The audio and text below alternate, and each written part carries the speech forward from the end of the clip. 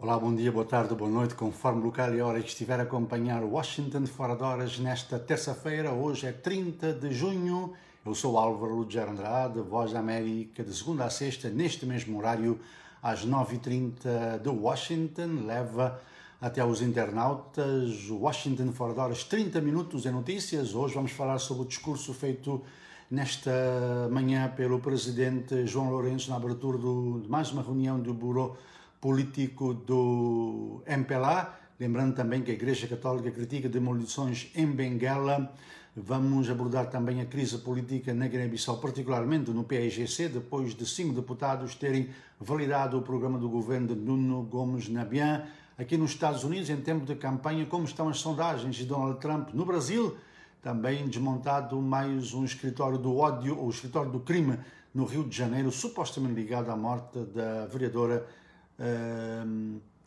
e do seu motorista em 2000, Marcelo Franco e o seu motorista em 2019. Portanto, muitas notícias. Vamos viajar também para a Bélgica, onde pela primeira vez na história o rei do país lamentou o passado da Bélgica no antigo Congo belga, escreveu uma carta a manifestar o seu mais profundo pesar pelas feridas. Também falaremos do início da reunião da Comissão de Direitos Humanos das Nações Unidas.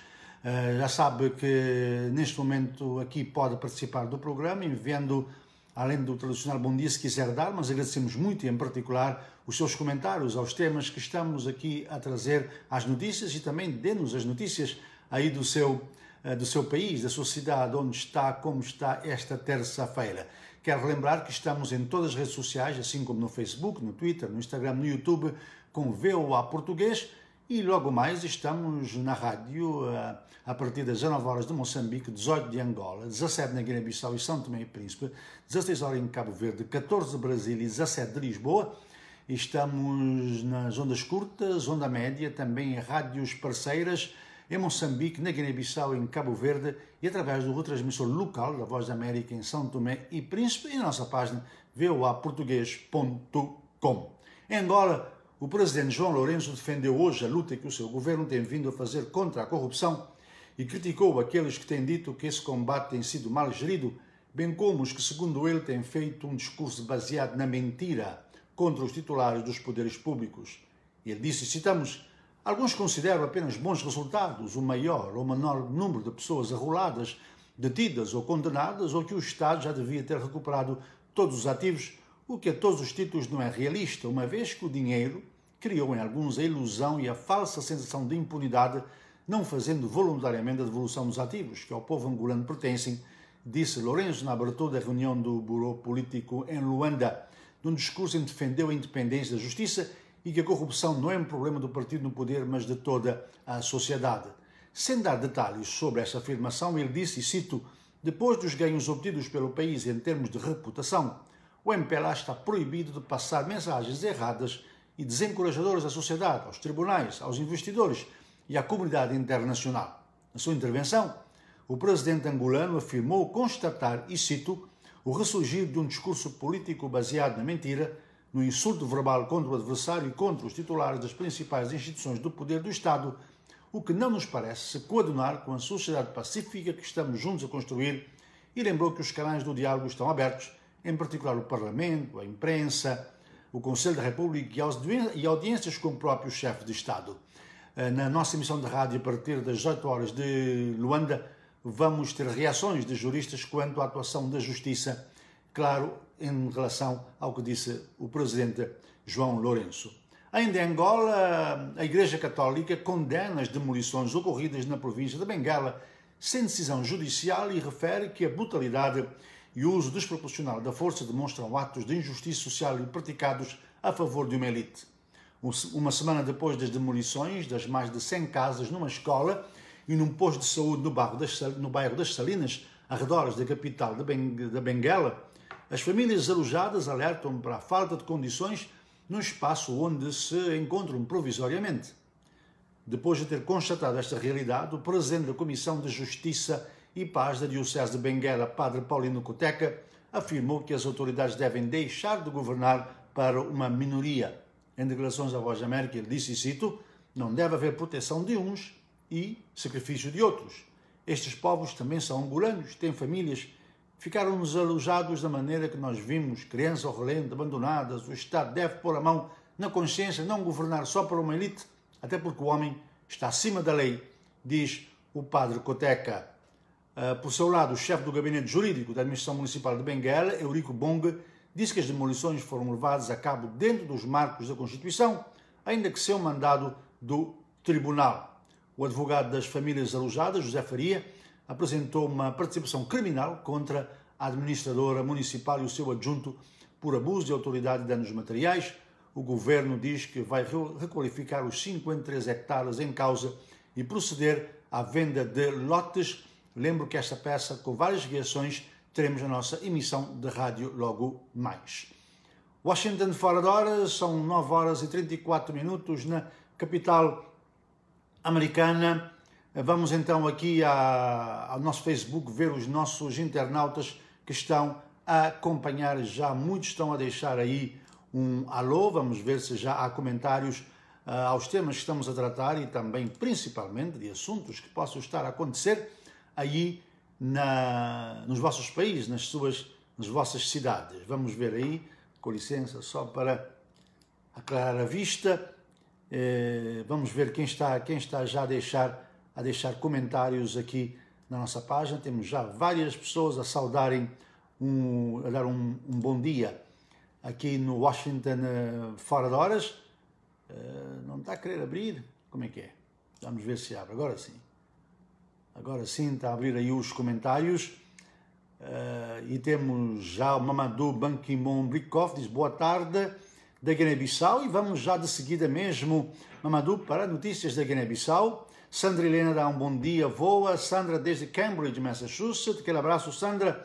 Jeremias Kassanga dá um abraço de Menong, quando Cubango. Siona Júnior, o nosso amigo sempre firmeza, né? Siona, como está Luanda nesta terça-feira? Manda saudações. Nela Varela diz boa tarde. Cláudio Panzo está Luanda, dá boa tarde também. A Joana Eurico dá a sua habitual saudação de boa tarde desde Londres. Gabriel Futi diz boa noite, apesar do pulmão esquerdo do mundo, floresta, a partir, aliás, do pulmão esquerdo do mundo, floresta de Mayombe, município de Bucousau, em Cabinda. A Nela Varela está em Inglaterra. António Domingos diz boa tarde desde Luanda. O Samuel Adams diz boa tarde da Guiné-Bissau. Existem derrotas, mas não existe sofrimento. Um verdadeiro guerreiro sabe que ao perder uma batalha está a melhorar a sua arte de manejar a espada. E ele se refere eventualmente aos militantes do PAIGC. Precisam lembrar que algumas vezes a pessoa que você espera que o chute quando você cai é uma das pessoas que vão ajudá-lo a se levantar. Ele refere à notícia. Vamos dar daqui a momentos, quando terminarmos estes comentários, sobre a situação na Guiné-Bissau. Mateus Fernando diz bom dia desde São Paulo. Isabel de Carvalho dá um alô de Luanda. Siona Júnior diz o fotojornalista da AFP, acho que é da France Press, foi impedido pela polícia de aceder ao Palácio da Justiça, na sala onde decorre o julgamento de Zenui Walter Felipe, mesmo credenciado. Este é um assunto também que vamos acompanhar na nossa emissão de rádio. Começou hoje o julgamento do conhecido caso dos 500 milhões. Se quiser, a nossa página voaportugues.com vai encontrar uma peça aí que nós colocamos. Começou hoje então esse julgamento, o caso dos 500 milhões, que o Ministério Público acusa de serem transferidos de forma ilegal de Luanda para um banco na Inglaterra, e no banco dos réus está o antigo presidente do Fundo Soberano de Angola, José Firmino dos Santos, filho de José Eduardo dos Santos, também Walter Felipe, antigo governador do Banco Nacional de Angola, bem como um diretor desse banco, e também Jorge Gaudens, um empresário que terá sido o pivô dessa transferência. O advogado de Walter Felipe diz que não há acusação nenhuma, porque foi provado que o dinheiro não foi colocado na nenhuma conta dos acusados e que o próprio Presidente da República, na altura, José Eduardo dos Santos, escreveu ao Tribunal a dizer que ele autorizou essa transferência. Este é o caso que nós estamos a acompanhar, daí que, portanto, já ontem o advogado do Walter Felipe dizia, e no nosso artigo nós temos isto na página, que o tribunal tinha transferido a sessão de hoje para uma sala pequena, onde o acesso de pessoas seria muito reduzido devido ao necessário distanciamento físico entre as pessoas, daí que também um jornalista da AFP não conseguiu entrar. Denis Miguel da boa tarde de Luanda, temos o Vitor Papa de Moçambique, Edson Camunongo diz: estou em Benguela, quando o discurso do Presidente, a verdade é que quando o Presidente fala disso, vem sempre ao de cima uma divergência de ideias no seio do partido. Não se sabe se o objetivo de combater a corrupção tem pernas para andar. Temos o José Gonçalves da Veiga, que nos acompanha desde a Holanda, e também Úlpio Fernandes, antigo ministro cabo-verdiano, nos acompanha desde Lisboa. Domingos Dimitri desde o Uambo, manda um abraço. Mamad Iqbal Daoud, como sempre, de Quelimane. Mais à frente daremos mais abraços aí aos nossos internautas e queremos que digam como está esta terça-feira, aí onde se encontra. Continuamos e vamos para a Guiné-Bissau, onde ontem foi aprovado o programa do governo do Primeiro-Ministro Nuno Gomes Nabian, com 55 votos a favor e 1 contra. A aprovação do programa do governo sustentado pelas bancadas parlamentares do Movimento para a Alternância Democrática, o MADEM G15, o Partido da Renovação Social, PRS e a Assembleia do Povo Unido, o Partido Democrático da Guiné-Bissau, a PUP-DGB, todos integrantes da base de apoio ao Presidente Umaro Sissoko Embaló e ao Primeiro-Ministro Nuno Gomes Nabian, contou, no entanto, de forma surpreendente, com votos de 5 deputados da bancada parlamentar do PAIGC e um voto do Partido da Nova Democracia, que integrava a aliança do PAIGC, criada logo após as eleições legislativas de março do ano passado. Esses 6 votos pertenciam, portanto, à anterior maioria e surpreenderam. Após a aprovação do instrumento de governação, o Presidente do Parlamento, Cipriano Kassamá, disse que não toma partido, ele não votou por nenhuma formação política, mas trabalha em obediência ao regimento da ANP, a Assembleia Nacional Popular, e à Constituição da República. Quem celebrou a vitória foi o chefe do governo, Nuno Gomes Nabian, que disse que a prioridade das prioridades do Executivo agora é estancar e neutralizar a Covid-19 e desenvolver a economia do país. A decisão já abriu mais uma crise no partido maioritário, o que levou já o dirigente do PAIGC, Vítor Diouf, a apresentar hoje uma queixa contra o Presidente do Parlamento, Cipriano Kassamá, por alegada violação dos estatutos do partido a que ambos pertencem, bem como aos 5 deputados que votaram a favor do programa do governo. Entretanto, hoje, o porta-voz daqueles deputados do PAIGC, Luís de Jesus, vulgarmente conhecido por Neneca, disse que viabilizaram o programa do governo porque estão cansados de guerras políticas. Este é um assunto que vamos desenvolver na nossa emissão de rádio a partir das 17 horas da Guiné-Bissau, portanto acompanhe a Voz da América. Em Moçambique, um total de 184 crianças com idades entre 7 e 16 anos foram recentemente recolhidas nas ruas de Chimoio, no centro do país, pela polícia por terem desobedecido ao estado de emergência em vigor em Moçambique, já que estavam nas ruas. As crianças foram recolhidas quando vendiam frutas, amendoins, bolinhos e sacolas plásticas dos mercados informais e locais de lazer, incluindo os campos de futebol de escolas nos subúrbios de Chimoio. Os encarregados passaram por uma sensibilização com uma palestra da polícia para não enviarem as crianças para as ruas e ir vender num lugar, acrescentou a polícia, particularmente o porta-voz do comando de Manica, Mário Arnassa, e também algumas crianças foram devolvidas às famílias, outros ficaram no centro até aparecerem os seus familiares. São 9 horas e 42 minutos, continuamos aqui na Voz da América, lembrando que logo mais temos a nossa emissão de rádio e também pode visitar a nossa página voaportugues.com. Nós temos uma informação que acaba de chegar do desaparecimento de um jornalista em Palma, ouvindo. Não temos neste momento muitos detalhes sobre este caso. Portanto, é um assunto que vamos continuar a desenvolver. Pode ser que entre durante o curso desta emissão do Washington Fora de Horas. Se não, vamos ter esta notícia. Mais um jornalista desaparecido em Palma, na capital da província de Cabo Delgado, aliás. Um assunto que vamos desenvolver na nossa emissão de rádio a partir das 19 horas de Moçambique, 18 em Angola e em Lisboa, 17 na Guiné-Bissau e São Tomé e Príncipe, 16 horas em Cabo Verde, 14 de Brasília. Portanto, acompanhe, mas também podemos ter essa notícia na nossa página, logo que a recebermos o nosso correspondente André Batista, que está em Chimoio. Vamos às redes sociais, o que está trending hoje no Google. A Mayra nos diz que vamos Começar pelo Google, que homenageia Marsha P. Johnson no seu Doodle, fechando assim o mês de agosto LGBTQ, aliás. O nome de Marsha P. Johnson foi pesquisado hoje por em pelo menos 2 milhões de vezes. Johnson era uma ativista em Nova York que dedicou mais de 20 anos da sua vida à luta pelos direitos dos transgêneros. O Doodle do Google descreve Johnson num desenho colorido, flor no cabelo e batom vermelho vivo nos lábios. A mensagem da empresa diz: obrigado, Marsha P. Johnson, por inspirar as pessoas de todo lado a defenderem a liberdade de serem elas mesmas. Johnson morreu em 1992. O seu corpo foi encontrado no rio Hudson, em Nova York, 6 dias depois de ter sido dada como desaparecida. No Facebook, o que está a marcar entre as 3 publicações mais populares, destacamos a do perfil BuddyBits. Publicou que o TikTok está entre as 59 aplicações de telemóveis chinesas que o governo da Índia recentemente baniu do país. Como se sabe, o TikTok é a nova febre das redes sociais, mas tem-se falado muito da questão da segurança e privacidade que a aplicação chinesa parece não oferecer. Este post do BuddyBits valeu mais de 3.000 reações. Está a acompanhar Voz da América, Washington de Fora de Horas. Hoje é terça-feira, eu sou Álvaro Ludiger Andrade. Vamos rapidamente atualizar dados da Covid, particularmente nos países africanos de língua portuguesa. Em Cabo Verde, a cidade da Praia, a capital, registrou 2 mortes associadas ao novo coronavírus em 24 horas e levando o total de vítimas mortais para 14. 7 são do sexo feminino e 7 do sexo masculino. 10 das pessoas que morreram tinham uma idade superior a 60 anos.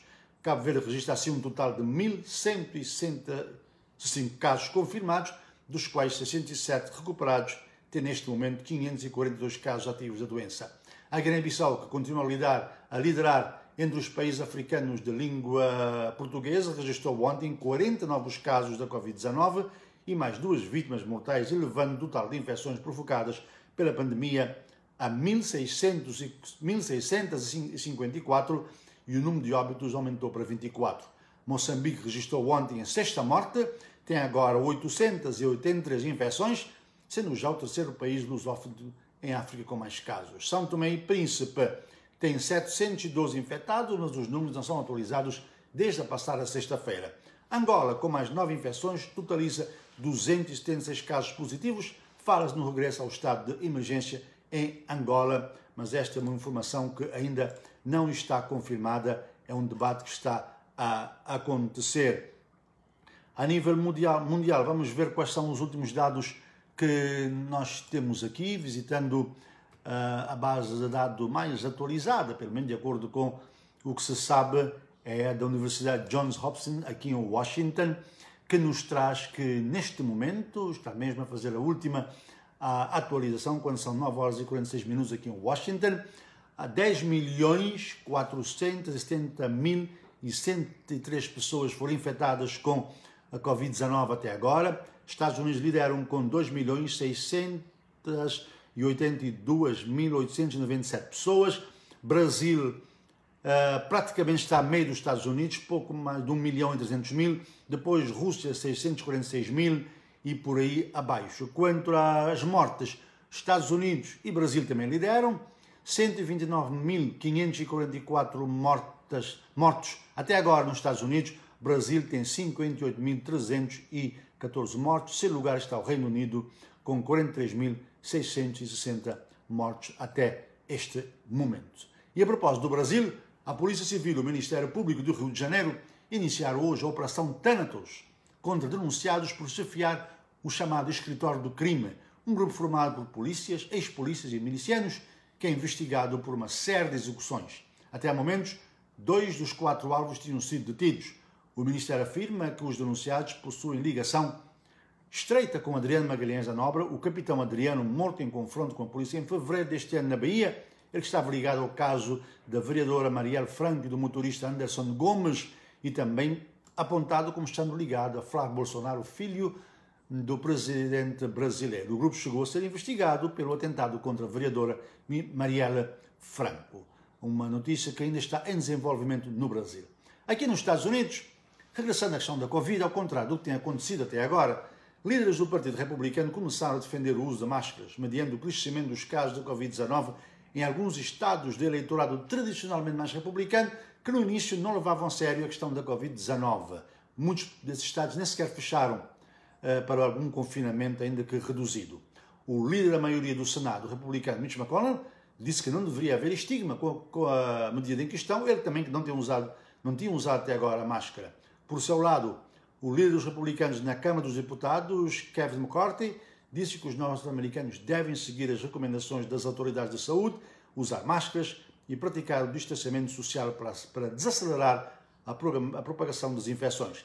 O vice-presidente Mike Pence também passou a usar máscaras, ao contrário do presidente Trump, que já deu diferentes motivos para não usar máscaras em público. Particularmente, ainda ontem, o secretário de Saúde dizia que ele faz vários testes da Covid, diariamente tem teste de temperatura e, devido à sua posição de presidente dos Estados Unidos, não devia estar a usar máscara porque está garantida toda a sua segurança. Joe Biden, candidato democrata à Casa Branca, na eleição de 3 de novembro, sim, tem usado máscara e tem também ficado mais tempo em casa, resguardado durante esta fase. Faremos agora das eleições, que acontece no dia 3 de novembro, há pouco mais de 4 meses. A sondagem continua a indicar uma queda grande no apoio ao presidente Trump. Em média, as sondagens dão um apoio de 9,5% ao Joe Biden, embora o candidato democrata, embora nos Estados Unidos a eleição não é por voto popular, mas sim em votações nos estados. É lá que contam. Al Gore teve mais votos populares que George Bush e perdeu as eleições. Hillary Clinton teve mais votos populares do que Donald Trump e perdeu as eleições. Mas, neste caso, o que os especialistas estão a analisar é também o voto por estados. E aí, nesse caso aí, por exemplo, o foco tem sido os chamados swing states, os estados que mudam de base eleitoral. Por exemplo, os democratas sabem que quase sempre têm garantidos os votos na Califórnia, em Massachusetts, em Rhode Island, Nova York, são estados tradicionalmente democratas, mas assim como os republicanos sabem que controlam o Texas, controlam o Alabama, portanto são estados onde os republicanos não se preocupam, porque são estados claramente demarcados. Mas há os tais swing states, são estados que mudam de voto de candidato para candidato, e aí há alguma alteração. Por exemplo, Biden comanda com 49% dos votos contra 42,2% na Flórida, onde Donald Trump ganhou em 2016. 49,3% contra 43% na Pensilvânia, onde Trump ganhou também em 2016. Em Wisconsin, 48% contra 41,8% de Trump, onde também Donald Trump ganhou. E mesmo na Carolina do Norte, com 46,8% contra 44%. Portanto, são esses dados que os analistas estão a ver, mas faltam 4 meses. A equipa de campanha de Donald Trump tem mudado a estratégia. Vamos ver como é que terminam as eleições quando acontecer a 3 de novembro. Vou regressar aí aos nossos internautas, ver quem mais está a saudar-nos aqui. Temos, não tinha ficado lá atrás, muita gente a cumprimentar-nos. Senatura diz que o Domingos Simões Pereira já perdeu o poder no partido, em referência à crise no PSGC, que nós falávamos há momentos. Stélio Cardini fala de Luanda, há medidas neves ligadas a partir de São Tomé, concretamente no distrito de Lemba. Também temos Ndozi Marques também diz gosto. Cláudio Panzo, Cláudio diz: esta terça está calma sobre as políticas que estão a ser implementadas pelo governo com falta de emprego devido à Covid-19 e muito mais.